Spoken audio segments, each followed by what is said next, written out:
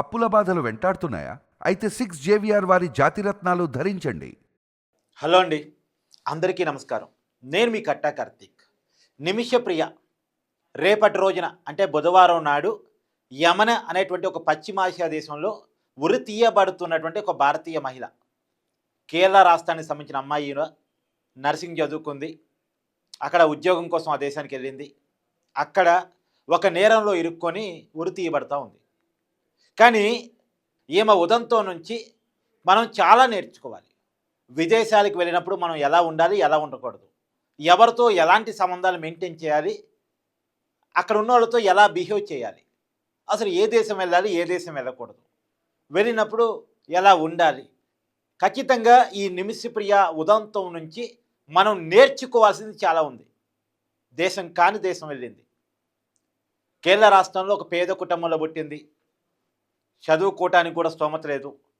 అక్కడ ఒక చర్చి సహాయంతో, ఒక చర్చి చేసిన ఆర్థిక సహాయంతో చదువుకుంది. ఆర్థికంగా ఎదగాలని అనుకుంది.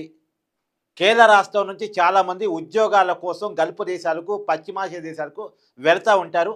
వాళ్ళలాగా తను కూడా వెళ్ళి అక్కడ సెటిల్ కావాలని అనుకుంది. అంటే సంపాదించుకుందాం అనుకుంది. ఆర్థికంగా ఎదగాలి అనుకుంది. తన కుటుంబాన్ని ఆర్థికంగా ఎదిగేలా చేయాలి అనుకుంది. 2008లో పశ్చిమాసియా దేశాలకు వెళుతున్న క్రమంలో యమన్ దేశాన్ని ఎంచుకుని యమన్ దేశానికి వెళ్ళింది. అక్కడ సనా అనేటువంటి యమని రాజధానిలో ఒక గవర్నమెంట్ హాస్పిటల్లో నర్సుగా జాయిన్ అయింది. అంత బాగానే ఉంది. 2011లో మళ్ళీ తిరిగి వచ్చింది. కుటుంబ పెద్దలు చూసినటువంటి పెళ్లి చేసుకుంది. థామస్ అనేటువంటి వ్యక్తిని పెళ్లి చేసుకుంది. మళ్ళా భర్తతో కలిసి అక్కడికే వెళ్ళింది. తనకైతే ఉద్యోగం ఉంది, కానీ భర్తకు ఉద్యోగం, సరైన ఉద్యోగం దొరకలేదు. అక్కడే కాపురం ఫలితంగా వీళ్ళకి ఒక కుమార్తె కూడా జన్మించారు. భర్తకి సరైన ఉద్యోగం లేని ఫలితంగా ఖర్చులు పెరిగిపోతున్నాయి. వాళ్ళకి కూతురు కూడా వచ్చింది కాబట్టి కూతురుని తీసుకొని 2014లో భర్త తిరిగి ఇండియాకి వచ్చాడు. కానీ తన మాత్రం అక్కడ సెటిల్ కావాలనుకుంది. అంటే కొంత ఆర్థికంగా ఎదిగాక ఫ్యామిలీని మళ్ళీ తెచ్చుకుందాం అనుకుంది. అక్కడ సొంతంగా క్లినిక్ పెట్టాలనే ఆలోచనకి వెళ్ళింది. ఎంత ఉద్యోగం చేస్తే రాదు పెద్దగా, సొంతంగా క్లినిక్ పెట్టుకుందాం, మంచి ఆదాయం కదా అనుకుంది. కాకపోతే అక్కడ ఏ బిజినెస్ చేయాలన్నా, లేదు ఏ క్లినిక్ పెట్టుకోవాలి, ఇంకేస్ సొంత ఆర్గనైజేషన్ పెట్టుకోవాలంటే అక్కడ ఉన్న వాళ్ళ పార్ట్నర్షిప్ అవసరం. అంటే అక్కడ చట్టాల ప్రకారం అక్కడ వాళ్ళకి మాత్రమే అక్కడ బిజినెస్ పెట్టుకునే అవకాశం ఉంటుంది. అక్కడ ఉన్న వాళ్ళు ఎవరైనా పార్ట్నర్గా ఉంటే పెట్టుకోవచ్చు. కాబట్టి అక్కడ పార్ట్నర్ ఎత్తుక్కోవడం కోసం అక్కడ మెహదీ అనేటువంటి తనకి పరిచయమైనటువంటి మిత్రుడు, ఒక బట్ట షాపులో పనిచేసే వ్యక్తి, కేవలం పార్ట్నర్. అంటే అతనేమి ఫండింగ్ పెట్టడు, ఫండింగ్ మొత్తం వీళ్ళదే. కానీ అక్కడ ఏదో పెట్టుకోవాలి అంటే అక్కడ ఉన్న వాళ్ళు పార్ట్నర్గా పెట్టుకోవాలి కాబట్టి అతను పార్ట్నర్గా పెట్టుకుంది. అతనికి మనకి ఏ సంబంధం లేదట. వీళ్ళ కుటుంబ సభ్యులు చెప్తున్న దాని ప్రకారం, ఏమో చెప్తున్న వర్షన్ ప్రకారం అతను ఏమీ ఫండింగ్ చేయలేదట. కేవలం అక్కడ చట్టాల ప్రకారం అక్కడ ఉన్న వాళ్ళు పార్ట్నర్గా ఉంటేనే సొంత క్లినిక్ పెట్టుకునే అవకాశం ఉంది కాబట్టి అతను ఒక పార్ట్నర్గా పెట్టుకొని క్లినిక్ పెట్టుకుంది. స్లీపింగ్ పార్ట్నర్ అంటారు కదా, అలా అతన్ని పార్ట్నర్గా పెట్టుకుంది. కానీ ఆ క్లినిక్ క్లిక్ అయింది. ఆ క్లినిక్ క్లిక్ అయిన క్రమంలోనే అక్కడ అంతర్యుద్ధం నడుస్తూ ఉంది. అంటే అక్కడ దేశంలో అక్కడ ప్రజలు తిరుగుబాటుదారులు కొన్ని అక్కడ ప్రభుత్వం మీద తిరుగుబాటు చేసింది 2015 ఆ ప్రాంతంలో. అయితే అయినా సరే ఏం అక్కడ క్లినిక్ బాగానే నడిపించుకుంది, నడిచేది. డబ్బులు వస్తున్నాయి అనుకున్న క్రమంలో అతను ఎవరైతే పార్ట్నర్గా ఉన్నాడో అతని పెత్తనం పెరిగిపోయింది. అక్కడ ప్రజలకి ఏమని తన భారీగా చెప్పుకునేవాడంట. ఈమె మీద పెత్తనం చేయడం స్టార్ట్ చేశాడంట. ఆ క్లినిక్ వస్తే డబ్బులు మొత్తాన్ని కూడా మొత్తం లాగేసుకునేవాడంట. ఏమో ఒకసారి ఎదురు తిరిగితే ఏమో పాస్పోర్ట్ కూడా లాగేసుకున్నాడంట. సో అతని నుంచి అరాచ్మెంట్ పెరిగిన తర్వాత తను ఎట్టి పరిస్థితుల్లో అతను చెర నుంచి తప్పించుకోవాలని చెప్పేసి అక్కడ లోకల్ పోలీస్ స్టేషన్లో కూడా అనేక కంప్లైంట్స్ ఇచ్చిందంటే, అక్కడ అధికారులు కూడా చెప్పే ప్రయత్నం చేసిందంట. కానీ దేశం అక్కడ లాంగ్వేజ్ ఏమి సరిగా రాకపోవచ్చు, కమ్యూనికేషన్ ప్రాబ్లం ఉండొచ్చు, లోకల్ ఫీలింగ్ కావచ్చు, అతనికే సపోర్ట్ దొరికింది, ఈమెకి ఎలాంటి సపోర్టు దొరకలేదు.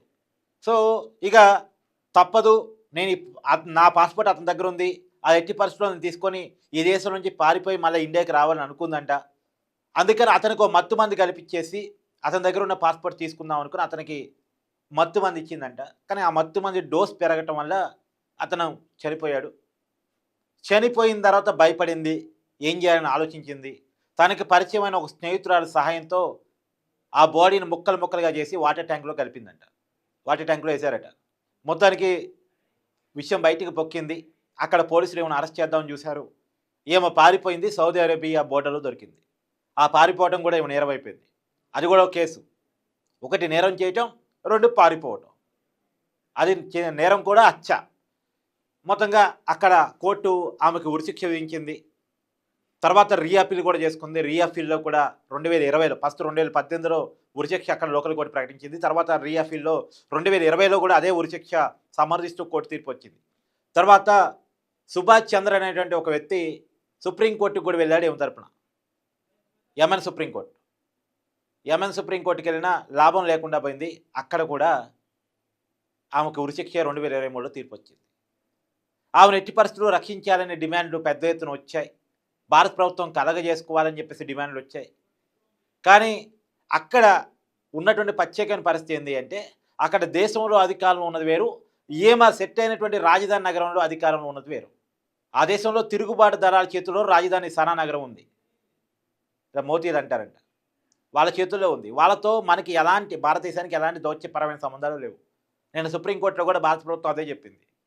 సుప్రీంకోర్టులో కూడా మన కొంతమంది పిటిషన్ దాఖలు చేశారు. నిమిషప్రియని రక్షించేలా కేంద్ర ప్రభుత్వం జోక్యం చేసుకోవాలి, ఆ మేరకు సుప్రీంకోర్టు కేంద్ర ప్రభుత్వాన్ని ఆదేశించాలని చెప్పేసి పిటిషన్ దాఖలని సుప్రీంకోర్టులో. కానీ సుప్రీంకోర్టులో జరిగిన విచారణలో కేంద్ర ప్రభుత్వం చెప్పిన మాటలు ఏంటి అంటే, ఆ దేశ ప్రభుత్వంతో సంబంధాలు ఉన్నాయి కొద్ది గొప్ప, కానీ ఆ దేశంలో ఉన్నటువంటి తిరుగుబాటు దళాలతో మనకి ఎలాంటి దౌత్యపరమైన సంబంధాలు లేవు.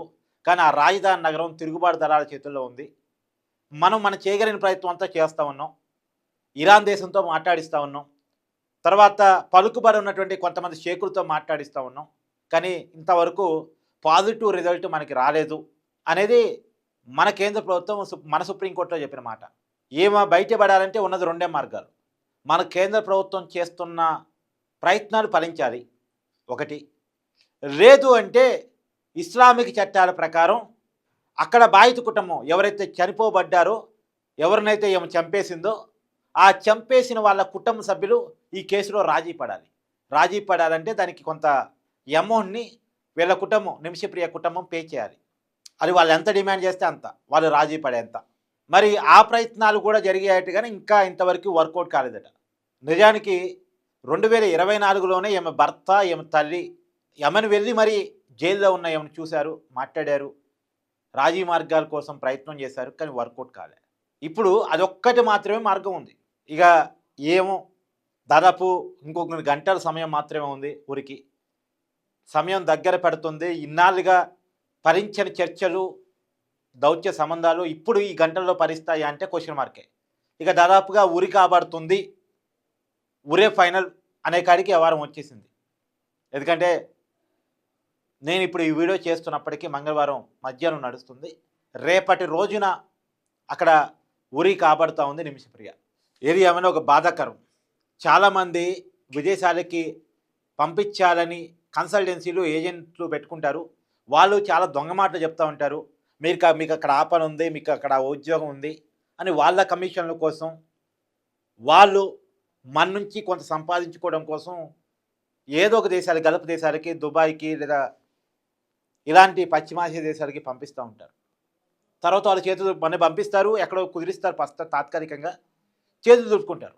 కానీ తర్వాత అక్కడ మనకు ఎదురయ్యే పరిస్థితులు, అక్కడ దేశస్తులతోటి, అక్కడ వ్యక్తులతోటి మనకు ఎదురయ్యే పరిస్థితులు చాలా భిన్నంగా ఉంటాయి. మనం ఊహించిన విధంగా ఉంటాయి. మన బానిసలాగా ట్రీట్ చేయొచ్చు, మన పాస్పోర్ట్లు లాక్కొని మన ఇబ్బంది పెట్టవచ్చు, మనకి ఇస్తానన్న వేతనం ఇవ్వకపోవచ్చు, పైగా మనకి పూటగా తిండి పెట్టి బానిసల్లాగా మనతో పని చేయించుకోవచ్చు. అలాంటి దేశాలు చాలా ఉన్నాయి. అలాంటి వ్యక్తులు చాలా ఉన్నారు. మహిళలను అయితే లైంగికంగా వాడుకోవచ్చు, వాళ్ళని బానిసలుగా చేసుకోవచ్చు. నిజంగా అలాంటివి చాలా ఉన్నాయి.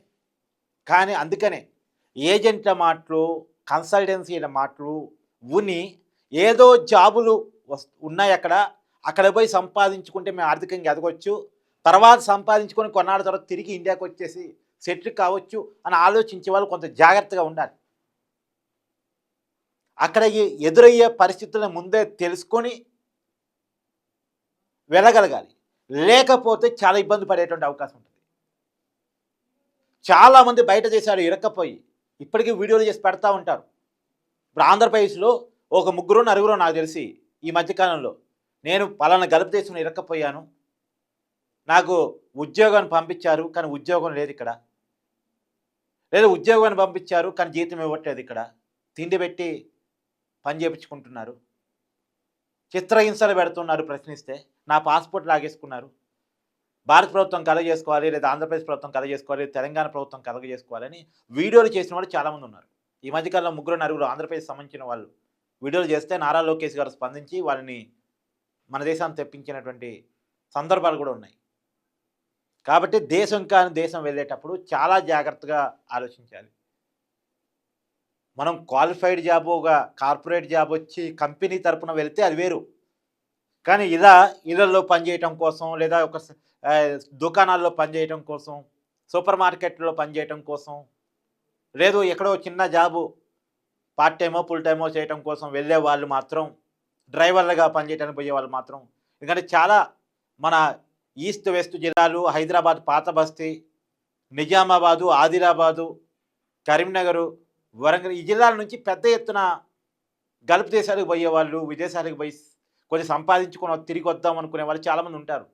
వాళ్ళని ఏజెంట్లు కూడా మాయ మాట చెప్పి వాళ్ళని పంపిస్తూ ఉంటారు. ఎందుకంటే వాళ్ళకి ఏదో కమిషన్ వస్తేనే కారణం చేత, ఓ నీకు అక్కడ ఆ ఉద్యోగం ఉంది, మన డబ్బులతో పోలిస్తే అక్కడ ఇన్ని రెట్లు ఎక్కువ, నువ్వు అక్కడ పోయి కొనాలి సంపాదించుకొని తిరిగిరా అని అనేవాళ్ళు చాలామంది ఉంటారు. కాబట్టి ఆ మాయ మాటలు నమ్మి వీళ్ళు పోతారు, పోయిన తర్వాత బానిసలుగా మారుతారు. జీవితం ఆర్థికంగా ఎదగకపోగా కుదేలైపోయే పరిస్థితి, బతుకే చిత్రమయ్యే పరిస్థితి చూశారు కదా పాపం నిమిషప్రియ. ఎన్నో ఆశలతో ఒక పేదింటి అమ్మాయి చదువుకొని ఎదిగి ఒక జాబ్ చేసుకొని తన కుటుంబాన్ని ఆర్థికంగా పెంచుకుందామని అనుకుని అక్కడ దేశంగా దేశంలో ఒక సొంత క్లినిక్ పెట్టుకొని ఏదో అనుకోని పరిస్థితుల్లో ఒక నేరానికి పాల్పడి, కావాలని కాకపోయి ఇంటెన్షన్ కావాలని కాకపోయినా పాల్పడి నేరంలో ఇరుక్కోబడి ఇవాళ ఏకంగా ఉరి తీయబడతా ఉంది. కాబట్టి దయచేసి విదేశాలకు పోయే వాళ్ళు వెనక ముందు ఆలోచించుకోండి. దేశంగా దేశం పోతున్నాం అనేది ఆలోచించుకోండి. అక్కడ పోయిన తర్వాత కూడా అక్కడ దేశంలో ఎలా ఉండాలి, ఎలా బిహేవ్ చేయాలో అనేటువంటి దాన్ని కూడా నేర్చుకోవాల్సినటువంటి అవసరం ఉంది.